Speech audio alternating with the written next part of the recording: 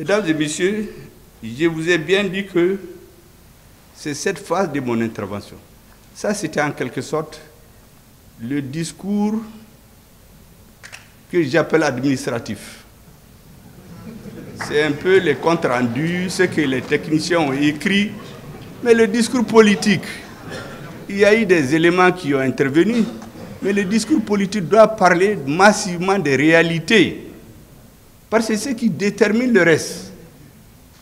Sans un discours politique bien compris, les actes administratifs ne vont pas loin. Ils vont rester entre les grands connaisseurs. Et donc, à présent, mesdames et messieurs, la deuxième étape de mon intervention se rapporte à un aspect de l'actualité nationale, internationale et africaine. Il s'agit précisément du débat entre l'AES et la CEDEAO. Attachez vos ceintures.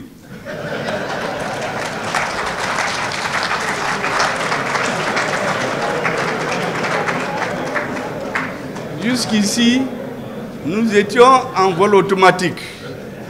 Maintenant, nous rentrons dans des zones de turbulence. Il faut donc bien attacher vos ceintures. Mesdames et messieurs, comme nous le savons, la confédération de l'AES a été mise sur les fonds baptismaux le samedi 6 juillet 2024 à Niamey. Et l'acte constitutif de la confédération a été paraphé par les éminents dirigeants de nos trois pays, le Burkina Faso, le Mali et le Niger, leur Excellence, le capitaine Ibrahim Traoré, le colonel Assimi Goïta, le général de brigade Adraman Tchani. J'écoute tous les matins toutes les radios internationales. J'écoute les interventions des citoyens. Je lis la presse. Je vous assure que je me rends compte souvent que certains ne savent même pas de quoi ils parlent. Parce qu'il y a une campagne médiatique internationale de semer le trouble dans l'esprit des Africains, de l'AES, en disant « Mais oui, on est une seule famille, on est en train de sortir de la famille, anga ben, anga faranyonka, sinon on va se diviser. » Mais dans le monde de toujours, est-ce que vous avez vu une décision importante qui n'avait pas été la décision de quelques hommes déterminés qui ont le sens de l'histoire? Aucun des grands dirigeants qui a marqué l'histoire n'est allé chercher le consensus total sur ce qu'il fait. On choisit ce qui est intéressant pour le peuple à un moment donné de l'histoire. Et on prend cette voie. Que ce soit par élection. Dans les élections, vous voyez, un président, les présidents qui viennent, ils compétissent. Il y a un qui prend, qui gagne. Mais c'est sa ligne qui s'impose à tout le monde, jusqu'aux élections suivantes. Mais il ne vient pas dire, ah, on met tout le monde ensemble. Mais ça, c'est quoi ça? Si vous mettez tout le monde ensemble, vous ne ferez rien. Parce que dans une société, les avis sont contradictoires. Quand un avis prime, c'est lui qui s'impose jusqu'à ce que le peuple ou l'histoire rejette cette ligne et suit une autre ligne. Donc même les dirigeants démocratiques, cette histoire de consensus des dirigeants, tout le monde ensemble, c'est pas ça. Les grands pays, si vous les regardez, à chaque étape de leur histoire, les dirigeants choisissent une voie. Ils l'expliquent au peuple et ils avancent. Si c'est à travers des élections, si ça ne marche pas, on les enlève. Si c'est d'autres voies, on trouve les moyens de les enlever. Mais ils ne viennent pas s'asseoir pour dire que tant qu'ils n'ont pas l'assentiment de tout le monde, ils ne vont jamais avancer. Ça n'existe pas. Et ces pays où on a inventé le terme clivant, parce que moi je sais que ça a été élaboré ailleurs et mis dans la bouche de certains, mais chez eux, ils sont clivants. Chez eux, les dirigeants font ce qu'ils ont dit au peuple, avec quoi d'autres n'étaient pas d'accord, jusqu'à ce qu'ils réussissent ou ils échouent. Et donc les dirigeants de l'AES ont fait un choix au nom de leur peuple. Notre rôle, c'est de l'expliquer à nos peuples, convaincre de la justesse de notre choix et espérer que l'histoire nous donne raison. Et je suis sûr qu'on aura raison. Si l'histoire montrera le contraire, les peuples tireront les conclusions. C'est pour cela que lorsque j'écoute tous ces discours, Je me dis, mais il faut quand même donner quelques éclaircissements aux uns et aux autres. Les dirigeants maliens, burkinabés, Niger, ne se sont pas levés comme ça pour quitter les casernes, venir dire qu'ils sont au pouvoir. Mais au Mali, on n'avait plus de pays. Les 80% de notre pays étaient occupés par les terroristes. Ce n'est que dans la capitale qu'on voyage, on fait des meetings, on fait des cravates, mais alors il n'y avait rien. Moi, depuis 2014, je ne peux pas aller dans mon village. Il y a des chefs de parti qui demandent des élections, mais ils ne peuvent pas aller chez eux, faire des élections. Mais le peuple a dit que ça suffit. Il a manifesté pendant des mois. Et l'armée malienne est venue délivrer le peuple malien. Donc les militaires maliens ne se sont pas levés, quitté le front et venir prendre le pouvoir. Ça, c'est le Mali. Au Burkina, c'est une autre réalité. Là-bas, le système démocratique marchait. On a fait les élections. Il y a un président qui est là, une assemblée, tout fonctionnait. Mais c'est l'insécurité encore. Les citoyens ne vivaient pas. Finalement, ils se sont révoltés. Donc c'est le résultat d'une insurrection militaire qui a mis fin à ce qu'ils appellent le régime démocratique. Au Niger, c'est l'illustration la plus éclatante, où vous aviez un président qui dit à son armée, il ne faut pas vous battre, vous êtes trop faible, vos adversaires sont plus forts que vous. Mais en période de guerre, ça c'est intelligence avec l'ennemi. Ça c'était le Niger. On tuait les gens par milliers. On ne pouvait pas même pas manifester. Vous vous rappelez quand Barkhane a quitté ici, les Nigériens qui ont voulu dire non. Mais le meneur de la contestation, on l'a tué, on l'a brûlé dans sa voiture, personne n'en parle jusqu'à aujourd'hui. On a terrorisé les Nigériens.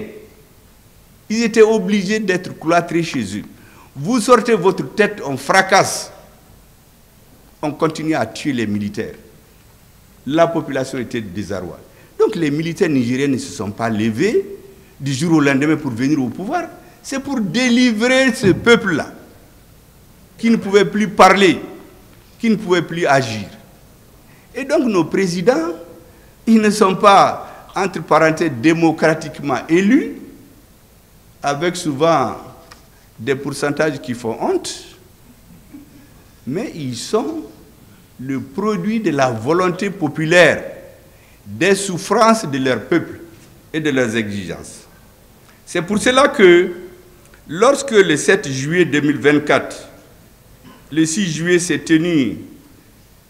a été mis sur les fonds baptismaux de la Confédération de l'AES, nous avons vu dès le 7 juillet se tenir à Abuja une réunion de la CEDEAO qui avait à son ordre du jour, entre autres, la question du retrait de cette institution des 3 pays constituant la Confédération de l'AES. Mais à l'issue de ce sommet, la CEDEAO a pris certaines décisions sur ce sujet.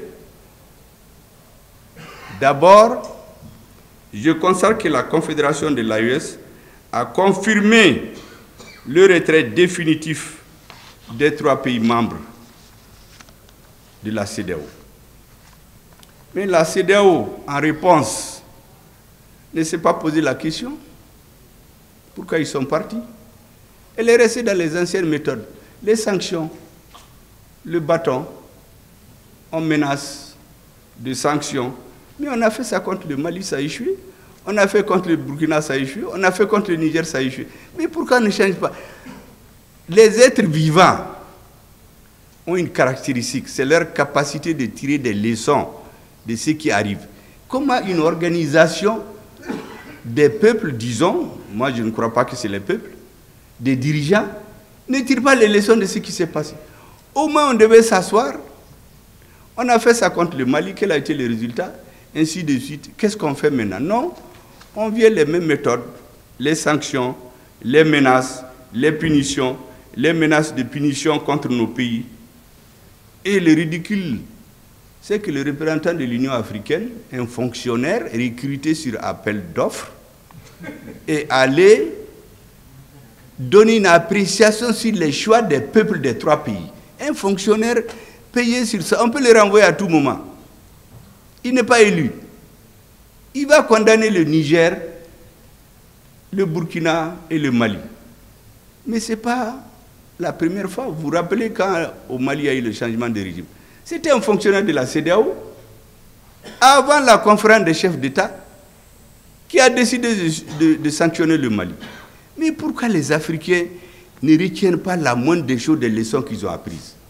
Mais ces organisations, c'est très clair que c'est la conférence des chefs d'État qui prend une décision. Mais pourquoi un fonctionnaire va prendre des décisions? Bon, voici le problème des Africains.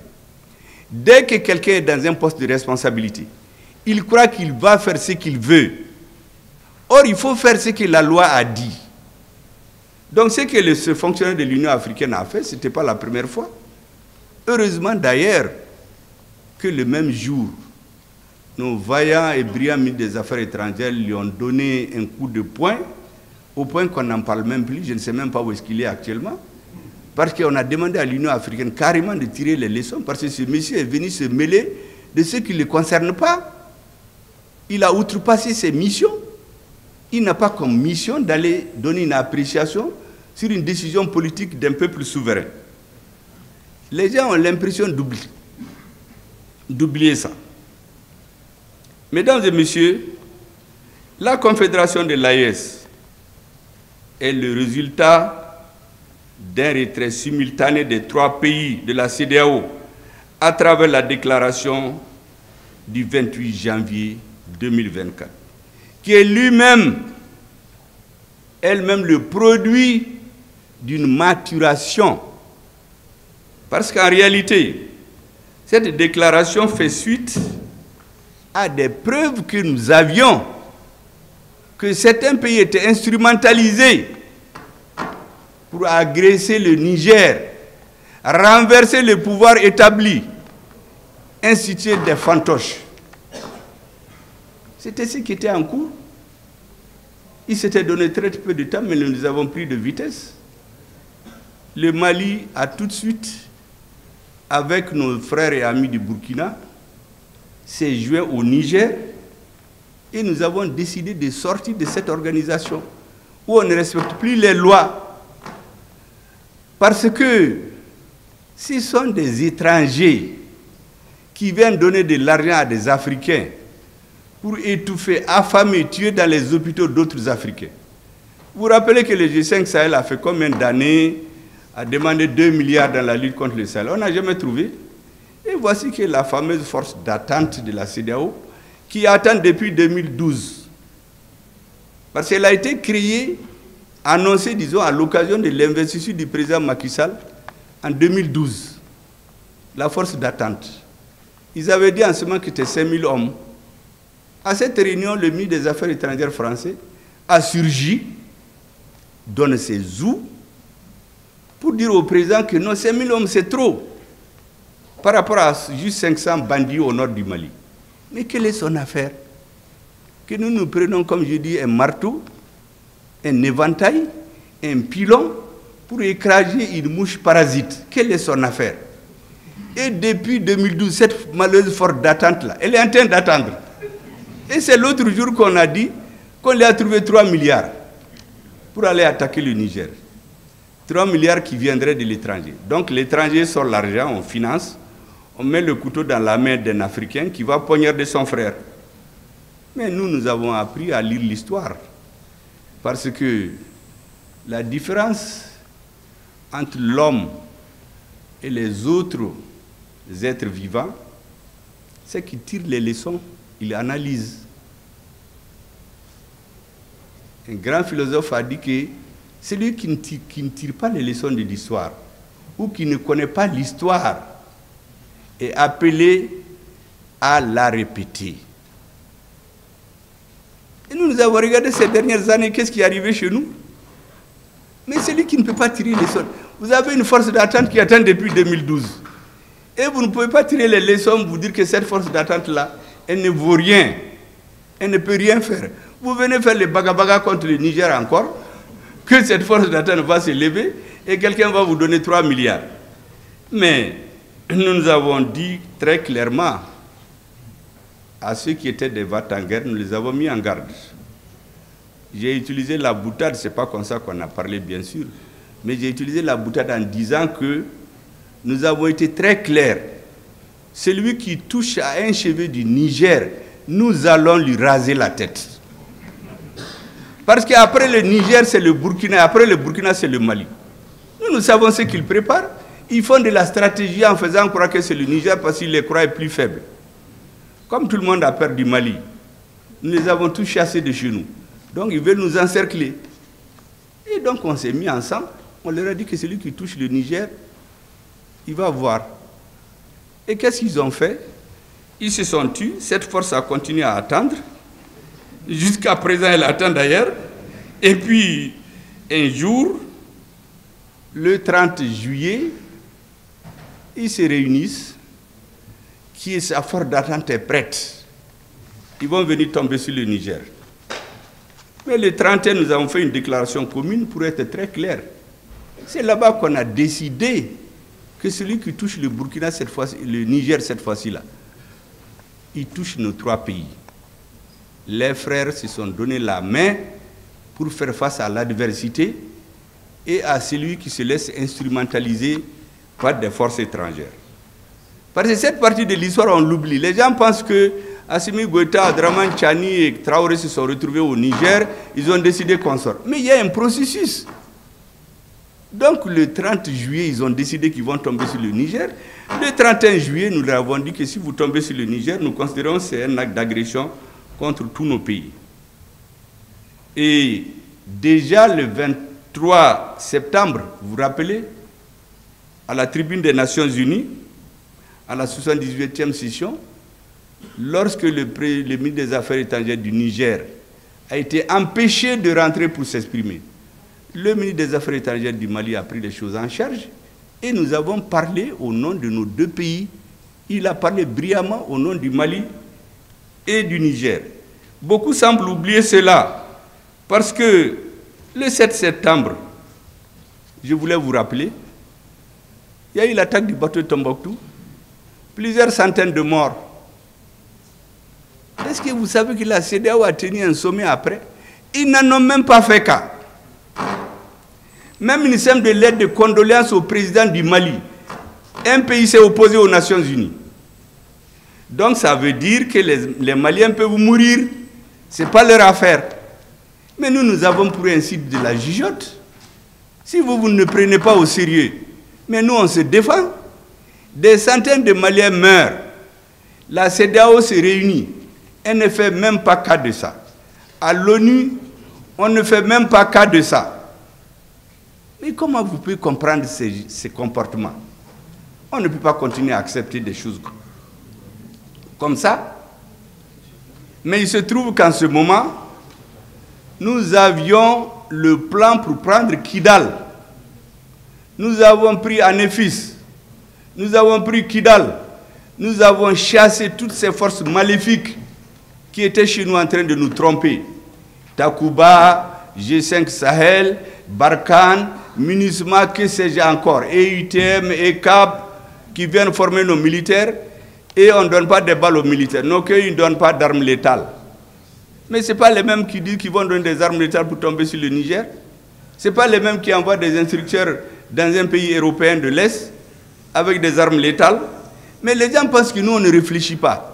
Mais on compare tous les jours que Dieu fait. Et on s'est rendu compte que notre destin doit être pris en main par nous-mêmes et nos peuples. Personne d'autre ne le fera. Parce que lorsque vous avez à la tête des États des gens qui ont décidé d'être des agents d'exécution des décisions politiques des pays extra-africains, nous ne pouvions pas continuer à accepter cela. Et, mesdames et messieurs, lorsque le 14 novembre, nous avons pris Kidal, après 13 ans d'occupation, la CEDEAO n'a rien dit. Pour eux, c'était un non-événement. Et pourtant, depuis 13 ans, l'État malien a été obligé d'être chassé de Kidal. Et pourtant, quand ces forces arrivaient à Kidal, il nous avait dit, vous vous rappelez du fameux discours de François Hollande, la force Serval va au Mali pour premièrement détruire détruire le terrorisme. Deuxièmement, imposer l'autorité de l'État sur l'ensemble du territoire. Troisièmement, appliquer les résolutions des Nations Unies. Mais qu'est-ce que nous avons constaté? Depuis 2013, le terrorisme qui était confiné au nord du Mali a pris les 80% du Mali. Le terrorisme qui n'était pas au Burkina ou au Niger, où nous avions des présidents qui pensaient que c'est en se mettant au service d'autres contre le Mali que leur pouvoir va durer, s'est étendu dans ces pays. Le terrorisme est allé frapper à Grand Bassam. Le terrorisme, à partir de 2019, s'est installé au nord du Bénin et du Togo. Mais donc la première version, c'était du mensonge. Parce que vous savez, les Africains, le problème que les Européens ont utilisé les mentalités. Un Africain, ils ont deux comportements vis-à-vis de lui. Ils le caressent dans le sens du plat pour le flatter devant les gens, comme un gros bébé. Et quand ils sont seuls, on le menace pour qu'il accepte tout. C'est les deux méthodes qu'ils utilisent. Devant les caméras, c'est des amis, des accolades, mon frère et ami. Mais quand ils rentrent dans la salle, ils le menacent. Et finalement, ils ont toujours ce qu'ils veulent. Mais ça ne peut pas marcher avec nous. Nous n'avons pas besoin qu'on nous fasse des compliments. Nous voulons qu'on règle les problèmes. Et donc, pendant 10 ans, le terrorisme s'est étendu. Quant à l'autorité de l'État au nord du Mali, je répète ces choses-là pour que les Africains et les Maliens comprennent. Mais qui a empêché l'État malien d'aller à Kidal? Mais c'est l'État français. Notre président de transition avait demandé un appui aérien et un renseignement. Il n'était jamais question de militaires français. Mais qu'est-ce qu'ils ont fait? Ils nous ont empêchés d'aller à Kidal. Après, ils ont amené 5000 militaires de certains pays africains, avec un budget de 1 milliard de francs CFA par jour. Pendant 10 ans, on exploite de l'or. On amène des milliers de citoyens d'autres pays africains. À Kidal, à Gao, de l'or. Où va l'or? Personne ne sait. Mais il y a une petite partie qui vient alimenter l'oligarchie à Bamako, composée de politiciens, de juges, de militaires, tous ceux qui ont de l'influence pour nous maintenir dans l'esclavage. Jusqu'au jour où Dieu a délivré le peuple malien, ils ont été chassés. Est-ce que vous savez qu'il y avait des gens qui ont 96 millions de francs CFA par jour, par mois disons, dans l'exploitation de l'or, ceux qui se sont mis à leur service? Ça, c'est la petite quantité qu'on donne à ces valets-là. Mais le reste va, on ne sait où. C'est pourquoi il y a des pays où on ne produit même pas de l'or, mais qui ont des milliers de tonnes d'or dans leur trésor. Mais nous, on lit tout ça. Aucune route, aucun puits pendant 10 ans au nord. Toutes les populations sont parties. Tous ceux qui peuvent faire les affaires économiques, les hommes d'affaires, assassinats ciblés, pour créer un vide. Et on dénigre les militaires. Moi, j'ai écouté des généraux se moquer de nos militaires. Ah, les militaires. Et puis, il y a des hommes politiques aussi qui les remboîtent le pas. Il y a des hommes politiques ici qui disent « Ah oui, au Mali, il n'y a pas de militaires. Ils ne sont bons que pour les défiler les coups d'État. Dès que tu tires, ils fuient. » Et j'entends des généraux dire là, non, non, non, même les véhicules qu'on leur donne, ils les vendent, ils enlèvent le moteur, ils enlèvent les pneus. Pour décourager les Maliens, pour amener chez eux, cultiver chez nous le rejet du militaire. Heureusement, comme je dis, notre peuple a été délivré. Notre armée nous a restitué notre dignité et notre honneur. Mais ce sont les mêmes militaires, les mêmes terroristes renforcés d'ailleurs. Pourquoi on a pris Anefis? Pourquoi on a pris Ber? Pourquoi on a pris Kidal? Parce qu'il y a une prise de conscience. Et c'est pour cela que vous aurez compris, moi depuis des mois, je fais ce qui nous est confié, parce que le président dit Beki Dioyora là. Nous on parle pour éveiller les consciences. Parce que un militaire, quand il tire une personne. Mais quand tu parles, c'est des milliers de personnes qui comprennent. C'est ce que nous sommes en train de faire. Décomplexer les Maliens, aimer leur armée, respecter les militaires, les sacraliser. C'est ce que nous sommes en train de faire. Et dans l'affaire de l'AES, on est en train de leur porter l'estocade de la contradiction. C'est eux qui ont créé les conditions du retrait des pays de l'AES. Et ils vont se réunir. Est-ce que vous imaginez cette CEDEAO? Les gens ne payent même pas leurs cotisations. C'est l'Union européenne qui paye leurs cotisations. Et c'est eux qui complètent leur budget. Vous imaginez dans le siège de la CEDEAO, il y a des militaires, des colonels et des officiers supérieurs européens qui ont des bureaux dans les bureaux de la CEDEAO pour manipuler. Vous avez vu le dernier sommet? C'est une ministre d'un autre pays qui vient. Vous avez vu la photo, elle donne des instructions, le doigt en l'air au président de la commission, comme un élève qu'on a surpris dans les toilettes. On lui fait comme ça, la tête baissée. Président de la commission de la CEDEAO, un ministre, un sous-ministre d'un autre pays. Et c'est ce monsieur qui vient nous menacer. Mais ils ne connaissent pas les Maliens. Nous, nous sommes un peuple de guerriers. On a renvoyé les Français. Et tous les présidents qui se sont attaqués au Mali, en Afrique, ils ont tous mal fini. Et c'est pourquoi j'ai dit à tout le monde, laissez-nous en paix. Nous réglons nos problèmes, réglez vos problèmes. Mais tout État, tout dirigeant qui va s'attaquer au Mali, utiliser le Mali comme commerce pour rester au pouvoir, Dieu va le sanctionner. Je peux en citer à floraison, pour des raisons diplomatiques, je ne vais rien dire. Mais ceux qui s'acharnent contre nous, qui savent ce qui les attend, on ne mettra pas de bases étrangères chez nous. Depuis le président Modibo Keïta, il a chassé les bases étrangères. Moussa Traoré les a éloignés. ATT est venu, ils ont tout fait parce qu'ils se disent que c'est un homme qui peut manipuler. ATT a refusé. Quand ils ont installé la base, comment ils l'appellent, au Burkina, en 2019, je ne sais pas, il a un nom secret, une base secrète. Comme aujourd'hui, ils ont caché ça à la population et aux médias. Cette base est restée jusqu'à récemment. Quand le pouvoir qui l'a mené est parti, cette base-là est tombée. Pendant cette période, ils ont voulu installer une base au Mali. ATT leur a dit non. L'armée malienne ne va jamais accepter ça. Donc c'est dans notre ADN. Et qu'est-ce qu'ils ont fait? Ils ont instrumentalisé des terroristes pour obliger notre président de transition à leur faire appel. Mais même là, il a mis une nuance. Il a dit appui aérien et renseignement. Il ne leur a jamais dit de venir s'installer chez nous, mais ils sont venus. Est-ce que vous savez que même cette lettre-là, qu'ils ont fait écrire à notre président, parce que c'est leur ambassadeur qui a fait des va-et-vient et faire signer, quand on l'a cherché, il n'y en avait pas dans les archives au Mali. Pour trouver ça, on a été sur le site internet de leurs institutions.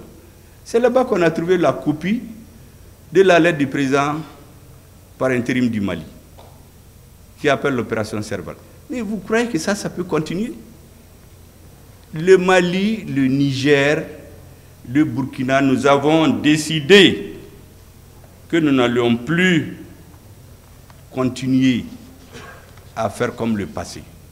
Et c'est pour cela que vous avez vu l'AES, c'est des organes très légers. On n'a pas créé une bureaucratie, on va mettre des agents qu'on va corrompre. C'est de façon tournante. Il n'y a pas une structure où on va placer des sièges, faire des luttes pour placer des cousins, des parents, des affidés pour vendre l'Afrique.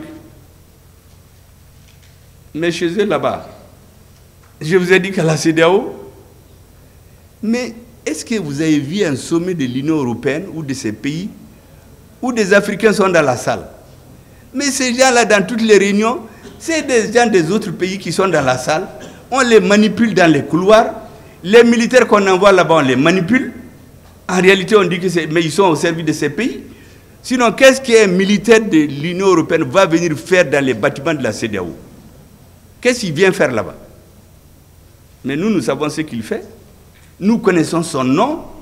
Je ne veux pas le dire seulement pour des raisons que vous comprenez. Nous savons de quel pays il vient. Les gens avec lesquels ils sont en contact, et là-bas et ici, on le sait. Mais il faut que les gens arrêtent. Il faut que les Africains tirent les leçons de ce qui est arrivé ici et là. Vous savez, la polémique qu'il y a aujourd'hui entre un président de l'AES et certains pays par rapport à un président de l'AES et le Niger, disons, et certains pays, par rapport aux bases secrètes. Les bases secrètes là, personne ne les a jamais reconnues. Est-ce que vous avez jamais entendu un pays dire « Ah oui, je reconnais qu'il y a des bases secrètes chez moi ». Généralement, quand les surprend la main dans le sac, ils ont deux attitudes. Ou bien ils se taisent en attendant que la tempête passe, ou bien ils se lèvent le verbe très haut pour faire des dénégations. Ah, des journalistes étrangers peuvent venir enquêter. Mais ceux qui l'ont dit, des journalistes étrangers ont été enquêtés l'autre jour, ils ont caché. Oui, j'ai oublié la base au Burkina, c'était base Sabre, en 2019. Mais on a caché ça même au peuple burkinabé. C'est une base secrète. Ils ont voulu la mettre au Mali, ATT a refusé. Le président qui était là-bas pensait qu'en faisant leur jeu, ça lui permet de durer au pouvoir. Mais après, le peuple burkinabé s'est soulevé, on l'a fait partir. Les bases secrètes, c'est pourquoi ça s'appelle secrète. Ils ne les reconnaissent jamais. C'est de cette base-là qu'ils avaient prévu de tomber sur le Niger, renverser le régime. C'est pour cela que le 28 janvier, nous nous sommes retrouvés. On a dit qu'on quitte cette maléfique organisation pour qu'on ne se serve pas de ces textes pour nous brimer. Mais ces aspects, on les oublie. Comme si les présidents ont pris leur avion, ils ont été à Niamey, ils ont dit, bon, on crée l'AES. Ou ceux qui disent, mais qu'est-ce qu'on va devenir? Mais nos peuples ont existé avant la CEDEAO. Pourquoi ils vont pas? Ça me rappelle exactement quand on chassait l'aménagement d'ici. On dit, mais qu'est-ce que les Maliens qui travaillent là-bas vont devenir? Mais ces Maliens existaient avant la CEDEAO. Vraiment, je voulais dire que tout cela doit amener les Africains à comprendre. Notre dessein doit dépendre exclusivement de nous, de nos peuples, de nos dirigeants. Et je termine par une dernière mise en garde. Je l'ai dit, je le répète. Je ne veux pas jurer, mais je suis sûr. Tous les pays, tous les dirigeants, qu'ils soient africains ou ailleurs, qui se mettent dans des complots contre notre peuple, ils vont payer ça. L'agenda de Dieu est différent de celui des hommes. Il y en a qui vont perdre les élections, ils vont fuir le lendemain. On a vu ici. Dès le lendemain, ils ont fui. Pourtant, ils ont tout fait. Emprisonner 1000 personnes, tuer 60 personnes, emprisonner des avocats, violer toutes les lois pour pouvoir éliminer un adversaire politique. On dit que c'est la démocratie. Mais la démocratie, c'est les lois. Lorsqu'on utilise tout ça, le nombre de personnes, si c'était dans un régime militaire qui a eu 60 morts d'un coup, ils allaient dire, mais ça c'est la dictature militaire. On est en train de tuer la population. Mais ceux qui sont morts dans ce pays-là, ce n'est pas des citoyens. Mais on dit que le président est démocrate. Ou on fait un coup d'État au Niger, on dit qu'on va faire une réunion de défense à Paris. Et quelques jours après, il y a un coup d'État dans un pays africain. Ils disent, non, on va suivre ce qui va se passer là-bas. Et puis, quelques jours après, le ministre des Affaires étrangères de l'Union européenne, Joseph Borrell, il réunit les ministres de la Défense et des Affaires étrangères de l'Union européenne à Toledo, en Espagne. Il leur dit, hey, attention, hein, en Afrique, là, nous avons des intérêts. Il faut qu'on cherche à les comprendre. J'ai dit, ah bon? Toi, tu te réveilles à 14h, nous, on est sur pied depuis 6h. Tu viens nous apprendre maintenant. Bon, est-ce que les Africains, il n'est pas temps que nous comprenions cela? Que les peuples comprennent cela? Nous n'allons jamais accepter cela. En tout cas, le peuple malien ne l'acceptera jamais. Je l'ai rappelé d'ailleurs à l'adjoint du ministre des Affaires étrangères français en 2021, après notre retour des Nations Unies. Il est venu me bagabaga dans mon hôtel. Quand il a fini son bagabaga là, il a dit, mais allez-y réviser vos cours d'histoire. Il y a des pays que vos arrière-grands-parents ont colonisés en 6 mois, en 1 an. Mais pour coloniser le territoire malien actuel, vos arrière-grands-parents ont mis 38 ans de guerre entre 1878 à Saboussiré et 1916 à Menaka. 38 ans de guerre. Et pendant les 70 ans de la colonisation, quand ce n'est pas les Tamasheks, c'est les Sonrei, c'est les Peuls, c'est les Dogons, c'est les Mianka, les Bobos, les Senoufo, les Sarakole, ils n'ont jamais eu la paix. Je l'ai donc dit, ne vous trompez pas de peuple. Nous sommes réfractaires à la suggestion. Deuxièmement, vous n'avez pas les dirigeants auxquels vous étiez habitués, que vous tapez dans l'épaule, vous les flattez devant les gens et puis vous allez les menacer dans les chambres. Nous, personne ne nous menace sauf Dieu et nos peuples. C'est deux seuls qu'on a peur. Assimi Goïta n'a pas besoin de vos visas. Il n'a pas de compte chez vous. Nous n'avons pas besoin de vos visas. Nous n'avons pas de compte chez vous. Il quitte quand il est dans son bureau. Donc, vos visas, là, si vous l'interdisez, c'est assez démocratiquement élu. Quand on dit qu'on a coupé le visa, il tombe malade. Ce n'est pas ces gens qui sont à la tête du pays aujourd'hui. Donc, je lui ai dit d'aller réviser ces leçons d'histoire. Il me dit, oui, les Russes, eux, ils les ont vus en juillet. Les Russes ne feront rien au Mali. J'ai dit, mais tu es en retard. Moi, j'ai vu notre ministre des Affaires étrangères a parlé avec le ministre des Affaires étrangères russe en septembre. Vous avez parlé en juillet pour aller leur dire de ne rien faire au Mali. Mais nous, on a parlé avec eux en septembre. Ils disent qu'ils vont respecter tous leurs engagements. J'ai dit, donc, tu as donné son caduc, monsieur l'ambassadeur. Donc, vraiment, regagnez votre bureau et attendez un autre dirigeant pour le menacer. Ça, c'est fait le lendemain du 24 septembre. Et c'est ce que nos présidents continuent. Donc, il n'y a rien de nouveau sous le soleil. C'est un processus de conservation de la dignité de nos peuples qui a conduit à la création de l'AES. Ce n'est pas les caprices de 3 personnes seulement. C'est ailleurs qu'il y a les caprices. Parce que si on demande à ces peuples-là, les peuples ne vont jamais l'accepter. Je vous ai donné l'exemple. Certains avaient pensé que les terroristes, c'est au Mali seulement. Ils ont voulu faire de leur pays une base arrière. C'était le Burkina en 2013-2014. Ils ne savaient pas que ça allait arriver chez eux. Au Niger, c'était la même chose. Le terrorisme est arrivé au nord du Bénin depuis 2019. Si les gens continuent à cacher ces bases pour attaquer les pays de l'AES, non seulement ça ne réussira pas, mais comme j'ai dit, en tout cas, tout pays qui va attaquer le Mali, je ne connais pas les autres, il va mal finir. Il faut donc nous laisser en paix. Que chacun fasse ce qu'il veut chez lui. Mais qu'on ne vienne pas se mêler de nos affaires intérieures. Vraiment, mesdames et messieurs,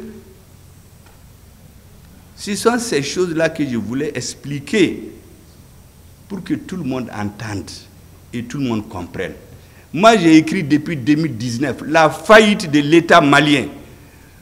Toutes les prises de position officielles dans les institutions françaises, au Sénat, à l'Assemblée, au gouvernement, des gens qui ont dit qu'il faut diviser le Mali. Je l'ai édité en 2019. Ils ont dit que je suis un subversif avec des bagabagas. C'est ce qu'ils font. Je vous ai dit, quand ils vous voient, ils vous menacent, quand vous êtes deux. Quand il y a des gens, on vous caresse, vraiment, vous êtes un ami, un pays ami. Nous, ça ne marche pas chez nous. Hein. On regarde les faits. D'après Lénine, en russe, on dit « fakti ou priami ». Ça veut dire que les faits sont têtus. Il y a des gens qui les répètent, ils ne savent même pas de qui ça vient. Nous, on regarde les faits. Les compliments qu'on donne aux Africains, qu'on essaie de prendre comme des gros bébés, ça ne marche pas avec nous. Voici les messages, mesdames, messieurs, que je voulais vous délivrer et vous dire que les Maliens comptent sur vous. La réforme de la justice, en même temps que ce que l'armée est en train de faire. Parce que les militaires ont accompli près de 80% de leur travail. Hein. Mais le reste de la société, on est en train de commencer. Hein. Vous avez vu, les États généraux n'ont pas fini de se tenir. Le peuple attend tout de vous. Parce que la force et la justice, c'est ce qui va faire une société. Dans un pays, les citoyens doivent avoir peur de la force de l'État et avoir honte des sanctions de la justice. Sur ce, mesdames et messieurs, je déclare solennellement ouverte la cérémonie des États généraux du notariat du Mali. Merci bien, Dieu vous bénisse.